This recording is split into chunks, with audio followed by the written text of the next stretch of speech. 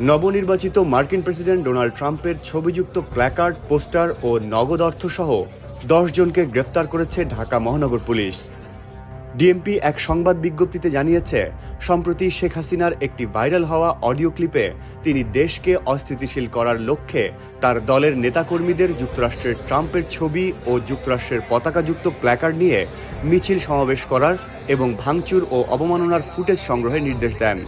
এরই পরিপ্রেক্ষিতে গ্রেফতারের ঘটনা ঘটে।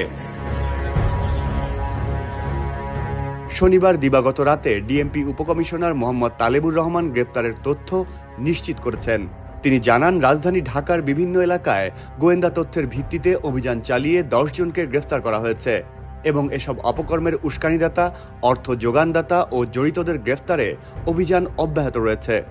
পুলিশ আরও জানিয়েছে, বাংলাদেশের সঙ্গে যুক্তরাষ্ট্রের সুসম্পর্ক নষ্টের অপচেষ্টার অংশ হিসেবে তারা এগুলোর ব্যবহার